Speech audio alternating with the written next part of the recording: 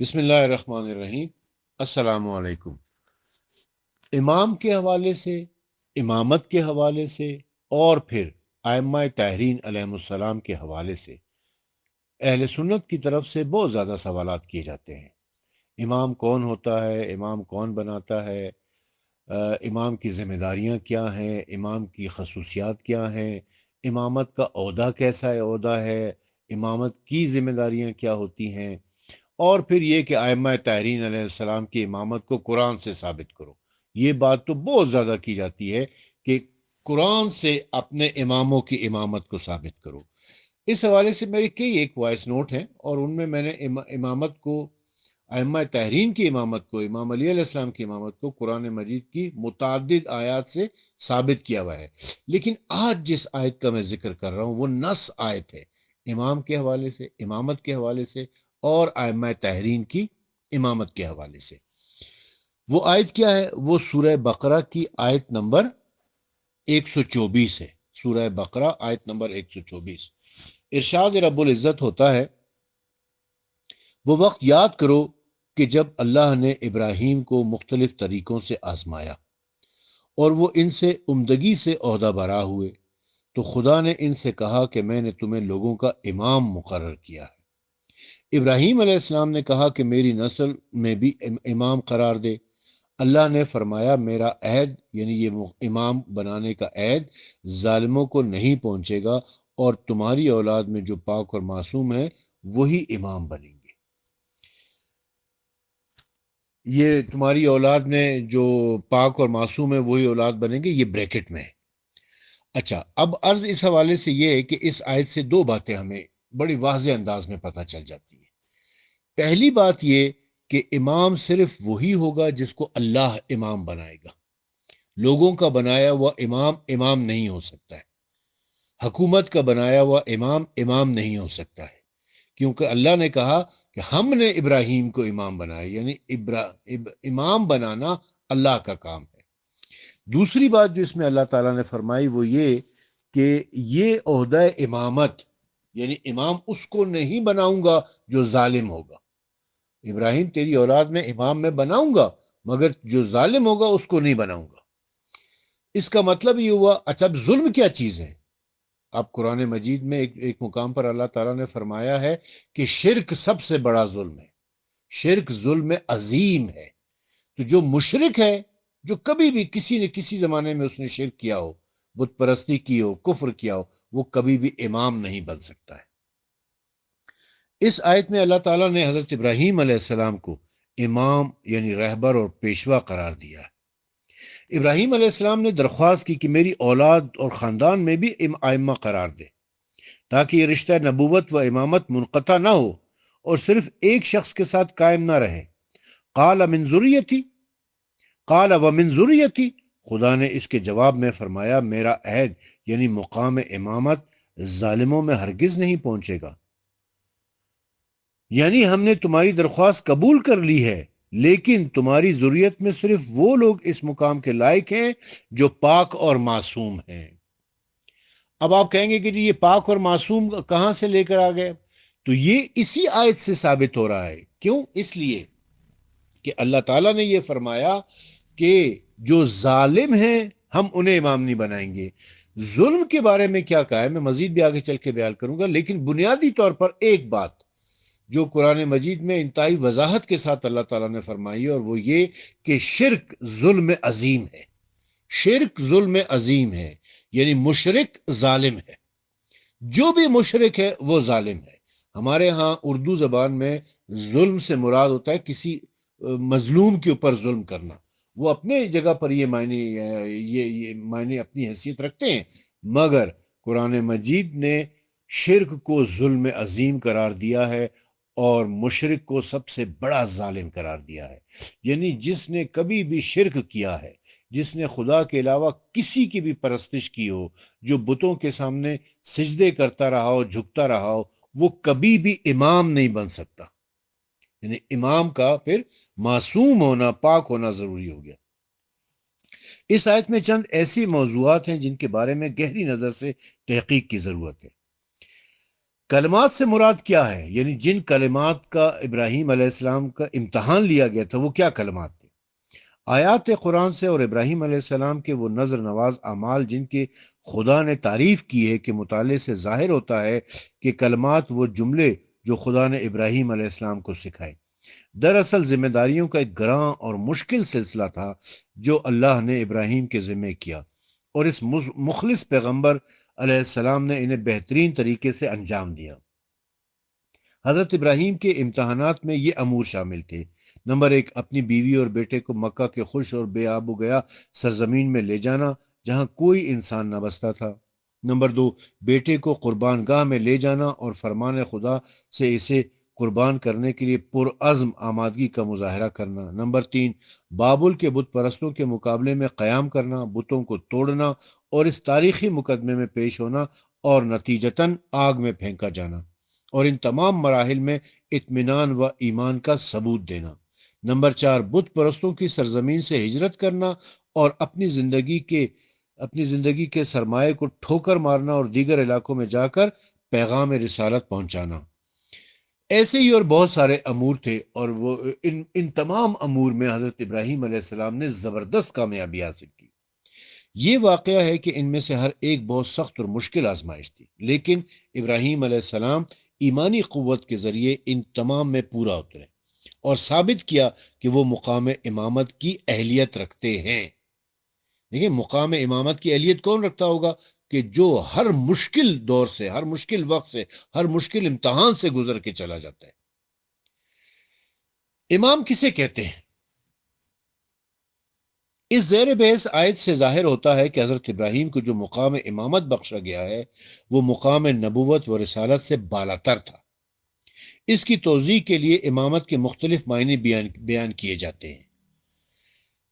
Number 1، امامت کے معنی ہے صرف دنیاوی امور میں لوگوں کی قیادت و پیشوائی۔ بعض اہل سنت کا کہنا ہے کہ امامت کے معنی صرف دنیاوی امور میں لوگوں کی قیادت و پیشوائی ہے۔ بعض علماء اہل سنت کا کہنا ہے کہ امامت کے معنی ہے امور دین و دنیا میں پیشوائی، یعنی صرف دنیا میں نہیں بلکہ دین میں بھی جو پیشوائی ہوگی، سربراہی ہوگی، رہنمائی ہوگی، اسے امامت کہا جائے گا۔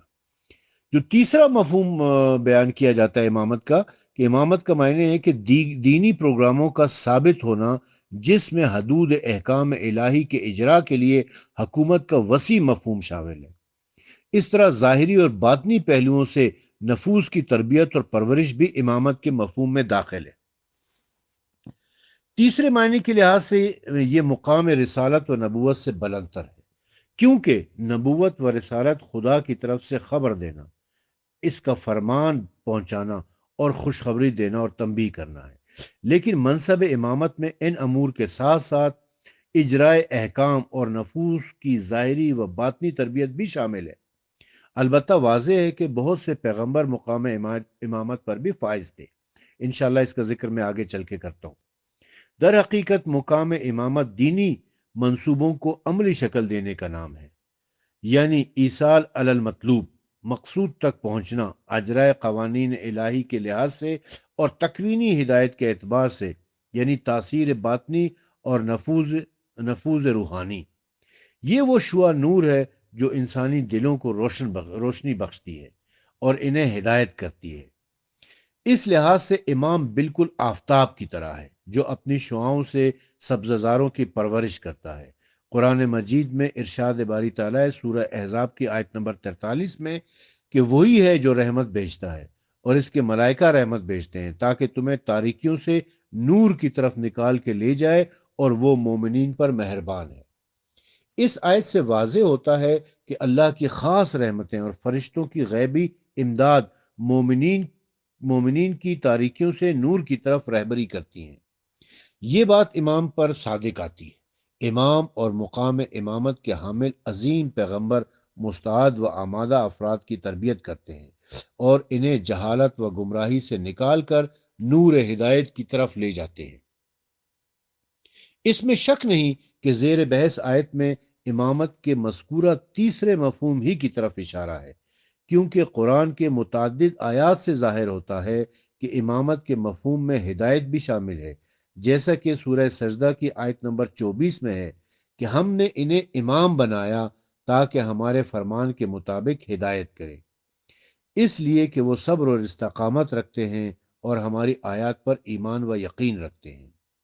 یہ ہدایت، راستہ دکھانا، کہ معنی والی نہیں ہے، کیونکہ حضرت ابراہیم مرحلہ امامت سے پہلے مقام نبوت و رسالت اور ارائد الطریق کے مفہوم کی ہدایت کے منصب پر تو قطعاً اور یقیناً فائز تھے۔ اس سے واضح ہوتا ہے کہ جو منصب امامت سخت آزمائشوں سے گزرنے اور یقین، شجاعت اور استقامت کے مراحل طے کرنے کے بعد حضرت ابراہیم علیہ السلام کو عطا ہوا، وہ بشارت، ابلاغ اور انذر کے معنی سے ماورا مقام ہدایت کا حامل ہے۔ لہٰذا وہ ہدایت جو امامت کے مفہوم میں داخل ہے، الایصال الی المطلوب، یعنی روح مذہب کو عملی شکل دینا اور نفوس آمادہ کی تربیت کے علاوہ کوئی اور چیز نہیں۔ امام صادق علیہ السلام فرماتے ہیں کہ خداوند عالم نے نبی بنانے سے قبل ابراہیم علیہ السلام کو عبد قرار دیا، اور اللہ نے انہیں رسول بنانے سے پہلے نبی قرار دیا، اور انہیں خلیل بنانے سے قبل اپنی رسالت کے لیے منتخب کیا، اور اس سے پہلے کہ امام بناتا انہیں اپنا خلیل بنایا۔ جب یہ تمام مقامات و مناصب انہیں حاصل ہو گئے تو اللہ نے فرمایا، میں تمہیں انسانوں کا امام بناتا ہوں۔ یعنی ابراہیم علیہ السلام کو پہلے عبد بنایا، پھر نبی بنایا، پھر رسول بنایا، پھر خلیل بنایا، پھر امام بنایا۔ یعنی امامت کا عہدہ سب سے آخر میں انہیں دیا، اور وہ بھی تمام آزمائشوں سے کامیابی سے گزرنے کے بعد دیا۔ لیکن عبد بنانے کے لیے امتحان نہیں لیا، نبی بنانے کے لیے امتحان نہیں لیا، رسول بنانے کے لیے امتحان نہیں لیا، خلیل بنانے کے لیے امتحان نہیں لیا، لیکن امام بنانے کے لیے امتحان لیا۔ یعنی عبد کا عہدہ چھوٹا عہدہ ہے، پھر اس سے بڑا نبوت کا عہدہ ہے، پھر اس سے بڑا رسالت کا عہدہ ہے، پھر اس سے بڑا خلت کا عہدہ ہے، اور سب سے بڑا امامت کا عہدہ ہے۔ حضرت ابراہیم علیہ السلام کو یہ مقام عظیم دیا تو انہوں نے عرض کیا کہ خدایا، میری اولاد میں بھی امام قرار دے۔ ارشاد ہوا، میرا عہد ظالموں تک نہ پہنچے گا، بے وقوف شخص متقی لوگوں کا امام نہیں ہو سکتا۔ اب تھوڑا سا ہم اس کی طرف آتے ہیں کہ نبوت، رسالت اور امامت میں کیا فرق ہے۔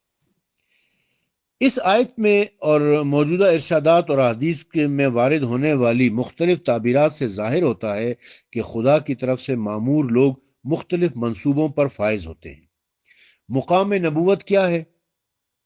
یعنی خدا کی طرف سے وحی حاصل کرنا۔ لہٰذا نبی وہ ہے جس پر وحی نازل ہو، اور جو کچھ وحی کے ذریعے معلوم ہو لوگ چاہیں تو اسے بتا دیں۔ پھر اس کے بعد مقام رسالت، یعنی مقام ابلاغ وحی، تبلیغ و نشر احکام الہی اور تعلیم و آگاہی سے نفوس کی تربیت۔ لہٰذا رسول وہ ہے جس کی ذمہ داری ہے کہ وہ اپنے ماموریت کے خطے میں جستجو اور کوشش کے لیے اٹھ کھڑا ہو، اور ہر ممکن ذریعے سے لوگوں کو خدا کی طرف دعوت دے اور لوگوں تک اس کا فرمان پہنچائے۔ اور اس کے بعد مقام امامت۔ مقام امامت کیا ہے؟ یعنی رہبری و پیشوائی اور امور مخلوق کی باغ ڈور سنبھالنا۔ در حقیقت امام وہ ہے جو حکومت الہی کی تشکیل کے لیے ضروری توانائیاں حاصل کرنے کی کوشش کرتا ہے تاکہ احکام خدا کو عملاً جاری اور نافذ کر سکے، اور اگر فی الوقت باقاعدہ حکومت کی تشکیل ممکن نہ ہو تو جس قدر ہو سکے اجرائے احکام کی کوشش کرے۔ یعنی بغیر حکومت حاصل کیے ہوئے بھی وہ اپنے امامت کے عہدے سے عہدہ برا ہو سکتا ہے، اور احکام الہی کے نفوذ کے لیے، احکام الہی کی تبلیغ و ترویج کے لیے حتی الامکان کوشش کر سکتا ہے۔ یعنی یہ کوئی ضروری نہیں ہے کہ امام کے پاس حکومت ہو، بغیر حکومت ہوئے بھی وہ امام رہتا ہے۔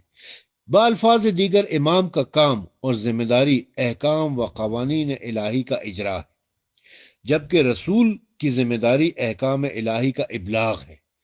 دو لفظوں میں یوں کہیے کہ رسول کا کام ارائدۃ الطریق ہے، اور امام کی ذمہ داری الایصال الی المطلوب ہے۔ یہ بات واضح ہے کہ رسول اسلام صلی اللہ علیہ وآلہ وسلم کی طرح بہت سے پیغمبر تینوں عہدوں پر فائز تھے، میں اس کی تفصیل آگے آپ کو بیان کرتا ہوں ابھی۔ وہی وصول کرتے تھے فرامین الہی اور ان کی تبلیغ کرتے تھے، نیز تشکیل حکومت اور اجرائے احکام کی کوشش کرتے تھے، اور باطنی طور پر بھی نفوذ کی تربیت کرتے تھے۔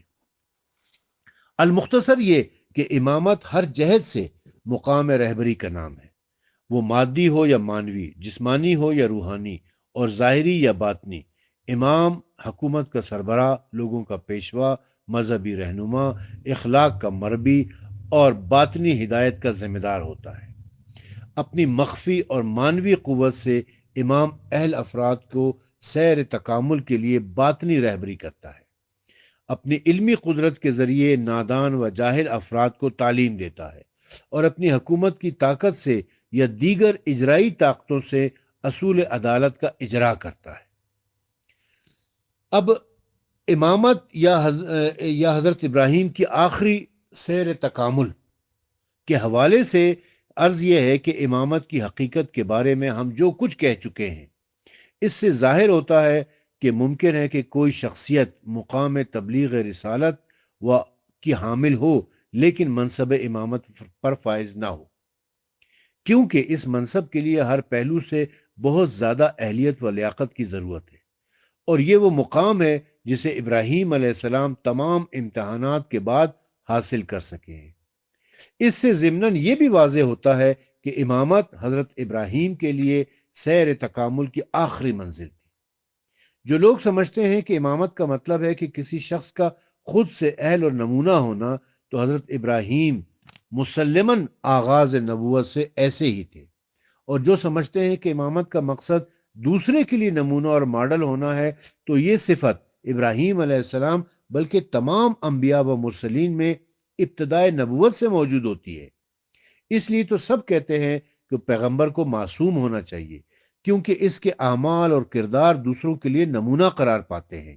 یعنی اس کا مطلب یہ ہوا کہ ہر نبی اپنی نبوت کے آغاز سے معصوم ہوتا ہے، ہر رسول اپنی نبوت کے آغاز سے معصوم ہوتا ہے۔ تو جب نبی معصوم ہے، رسول معصوم ہے، تو لا محالہ امام بھی معصوم ہوگا، کیونکہ امام تو نبی اور رسول سے عہدے میں بڑا ہے۔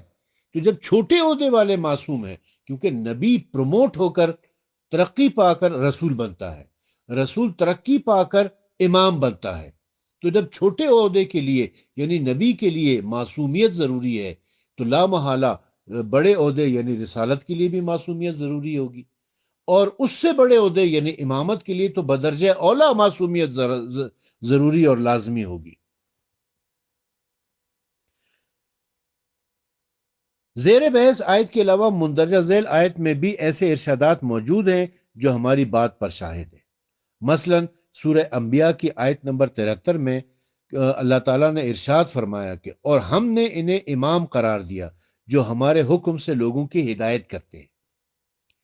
سورہ سجدہ کی آیت نمبر 24 میں ارشاد رب العزت ہے کہ جب انہوں نے استقامت دکھائی تو ہم نے انہیں امام قرار دیا جو ہمارے حکم سے لوگوں کی ہدایت کرتے ہیں۔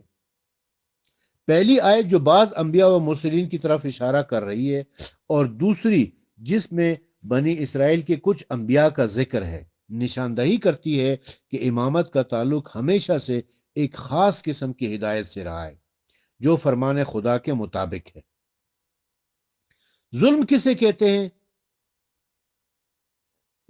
جس ظلم کا ذکر ہے اس آیت میں، جس ظلم کا ذکر ہے وہ فقط دوسروں پر ظلم ڈھانا نہیں ہے، بلکہ یہاں ظلم کا تذکرہ عدل کے مقابلے میں ہے۔ یہاں یہ لفظ اپنے وسیع معنوں میں استعمال ہوا ہے۔ عدالت کا حقیقی معنی ہے ہر چیز کو اس کی جگہ پر رکھنا۔ اس بنا پر ظلم کا مفہوم یہ ہوگا کہ کسی شخص یا چیز کو ایسے مقام پر رکھنا جس کا وہ اہل نہیں ہے۔ لہٰذا ذمہ داری اور عظمت کے لحاظ سے امامت اور مخلوق کی ظاہری و باطنی رہبری ایک بہت بڑا مقام ہے۔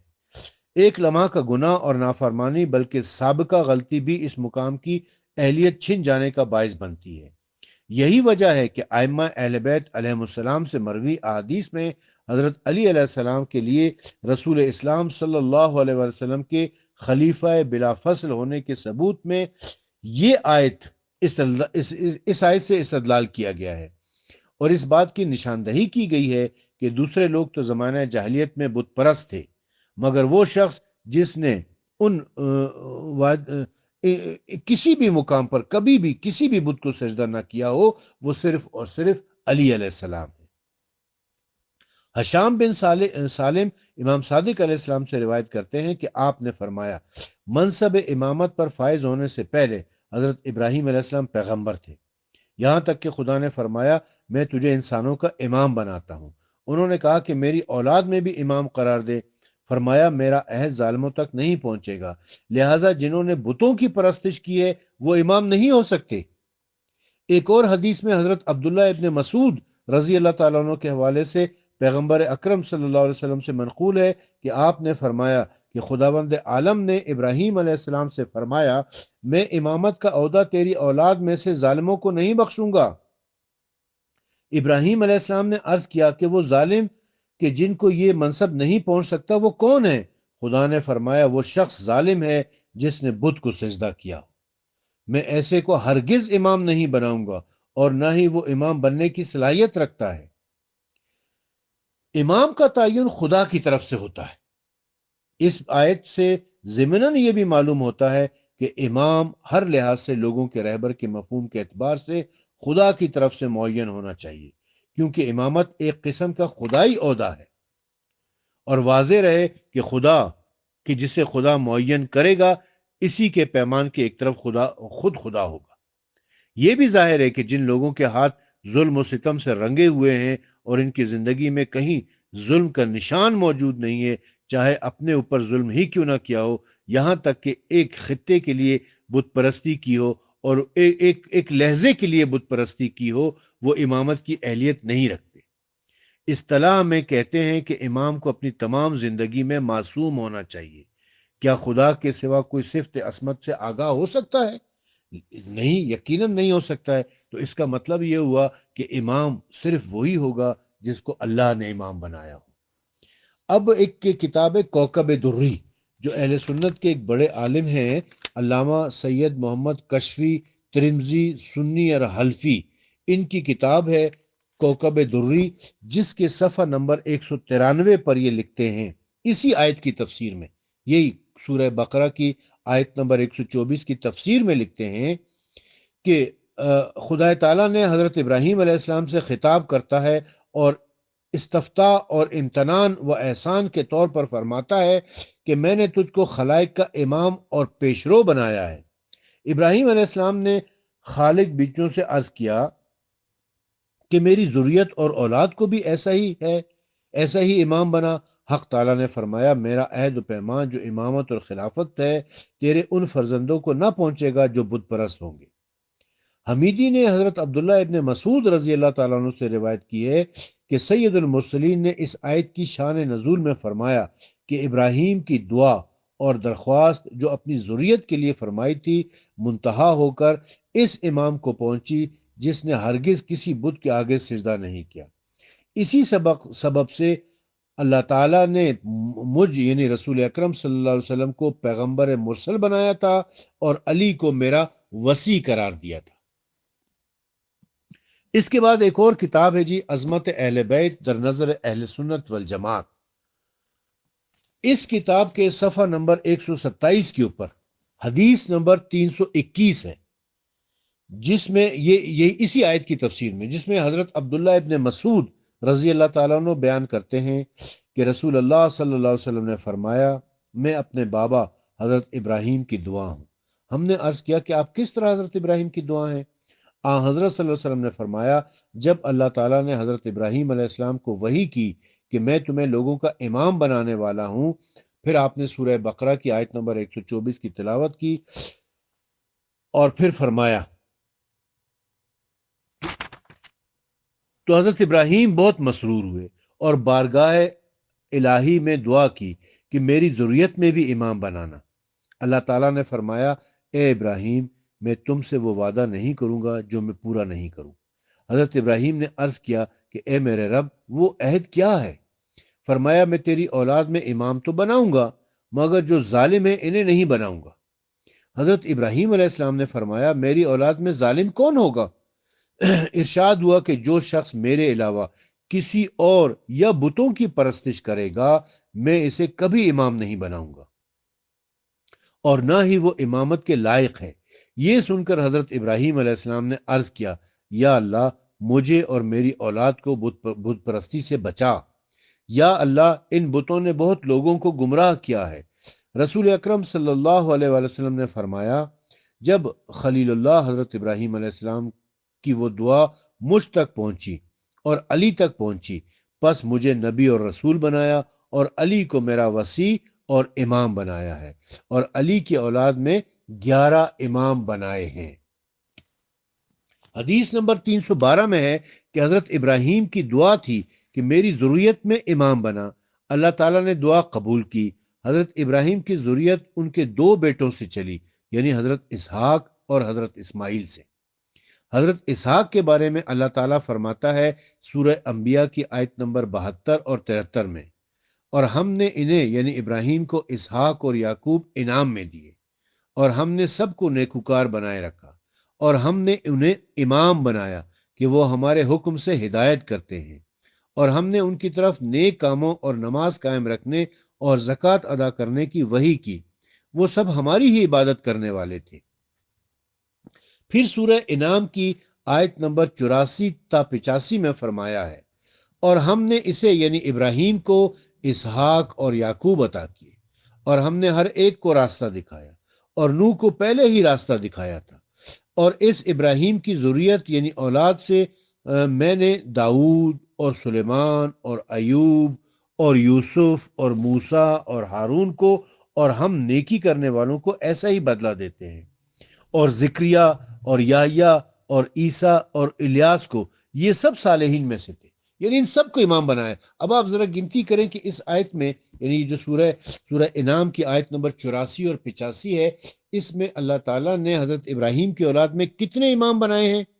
حضرت اسحاق علیہ السلام 1، حضرت یعقوب علیہ السلام 2، حضرت داؤد علیہ السلام 3، حضرت سلیمان علیہ السلام 4، حضرت ایوب علیہ السلام 5، حضرت یوسف علیہ السلام 6، حضرت موسیٰ علیہ السلام 7، حضرت ہارون علیہ السلام 8، حضرت ذکریا علیہ السلام 9، حضرت یحییٰ علیہ السلام 10، حضرت عیسیٰ علیہ السلام 11، اور حضرت الیاس علیہ السلام 12 امام اللہ تعالیٰ نے بنائے ہیں حضرت ابراہیم علیہ السلام کی اولاد بنی اسرائیل میں، یعنی حضرت اسحاق علیہ السلام کی اولاد میں 12 امام بنائے ہیں۔ جس طرح حضرت ابراہیم کی ذریت حضرت اسحاق کی اولاد میں 12 انبیاء کرام کو امام بنایا، اسی طرح حضرت ابراہیم علیہ السلام کی ذریت حضرت اسماعیل کی اولاد میں بھی 12 امام بنائے ہیں۔ روایت میں ہے کہ یہ 12 خلفاء ہوں گے، سب قریش سے ہوں گے، حکم عدل کرنے والے ہوں گے۔ ان کی بشارت اگلی کتابوں توریت و زبور میں موجود ہے۔ تفسیر ابن کثیر کی جلد نمبر 3 صفحہ نمبر 530 پر حدیث نمبر 324 کے زمرے میں ہے کہ حضرت جابر بن سمرہ کہتے ہیں کہ میں نے آن حضرت کو فرماتے ہوئے سنا کہ میری امت میں 12 امیر یعنی 12 سردار یا خلفاء ہوں گے، اور ایک روایت میں 12 امام کا لفظ ہے۔ اس کے بعد ایک جملہ ارشاد فرمایا جو میں نہ سن سکا۔ میرے والد سمرہ نے مجھ سے کہا کہ آپ صلی اللہ علیہ وسلم نے فرمایا تھا کہ وہ سب قریش میں سے ہوں گے۔ حدیث نمبر 325 میں ہے کہ مجاہد نے حضرت ابن عباس سے روایت کی ہے کہ آن حضرت صلی اللہ علیہ وسلم نے اپنے بعد 12 خلفاء یعنی ائمہ کے نام بتائے اور فرمایا کہ ان میں پہلا علی ابن ابی طالب ہے، پھر اس کا بیٹا حسن ابن علی ہے، پھر اس کا بھائی حسین ابن علی ہے، پھر اس کا بیٹا علی ابن حسین ہے، پھر اس کا بیٹا محمد ابن علی الباقر ہے، پھر اس کا بیٹا جعفر ابن محمد صادق ہے، پھر اس کا بیٹا موسیٰ ابن جعفر کاظم ہے، پھر اس کا بیٹا علی ابن موسیٰ رضا ہے، پھر اس کا بیٹا محمد ابن علی تقی ہے، پھر اس کا بیٹا علی بن محمد نقی ہے، پھر اس کا بیٹا حسن بن علی عسکری ہے، اور پھر اس کا بیٹا محمد بن حسن المہدی ہے۔ تو یہ 12 امام جو ہے یہ حضرت اسماعیل علیہ السلام کی اولاد میں ہے، اور یہ 12 امام جو ہے وہ حضرت اسحاق علیہ السلام کی اولاد میں ہے۔ تو جس اللہ تعالیٰ نے جو یہ وعدہ کیا کہ ہمیں ابراہیم کی اولاد میں امام بناؤں گا، ابراہیم کی ذریت میں امام بناؤں گا، تو ابراہیم علیہ السلام کی ذریت 2 نبیوں سے چلی ہے، حضرت ابراہیم حضرت اسحاق علیہ السلام سے اور حضرت اسحاق علیہ السلام سے اور حضرت اسماعیل علیہ السلام سے۔ حضرت اسحاق علیہ السلام کی نسل میں حضرت اسحاق، حضرت یعقوب، حضرت داؤد، حضرت سلیمان، حضرت ایوب، حضرت یوسف، حضرت موسیٰ، حضرت ہارون، حضرت ذکریا، حضرت یحییٰ، حضرت عیسیٰ اور حضرت الیاس کو امام بنایا تھا، اور حضرت اسماعیل علیہ السلام کی نسل میں امام علی ابن ابی طالب، امام حسن، امام حسین، امام زین العابدین، امام محمد باقر، امام جعفر صادق، امام موسیٰ کاظم، امام علی رضا، امام محمد تقی، امام علی نقی، امام حسن عسکری اور امام مہدی علیہ السلام کو امام بنایا۔ تو اب یہ امامت کے حوالے سے نص آیت ہے قرآن مجید میں، نص آیت قرآن مجید کے اندر ہے، جس میں نہ صرف یہ کہ اللہ تعالیٰ نے امامت کے عہدے کو نبوت اور رسالت کے عہدے سے افضل قرار دیا ہوا ہے، بلکہ یہ بتا دیا کہ امام بنانا بھی اللہ کا کام ہے، اور یہ بھی بتا دیا کہ امام حضرت ابراہیم علیہ السلام کی ذریت میں ہوں گے، حضرت ابراہیم کی نسل سے ہوں گے، 12 امام حضرت اسحاق علیہ السلام کی نسل سے اور 12 حضرت اسماعیل علیہ السلام کی نسل سے ہوں گے۔ پس قرآن مجید سے ہم نے ائمہ طاہرین کی امامت کو ثابت کر دیا ہے۔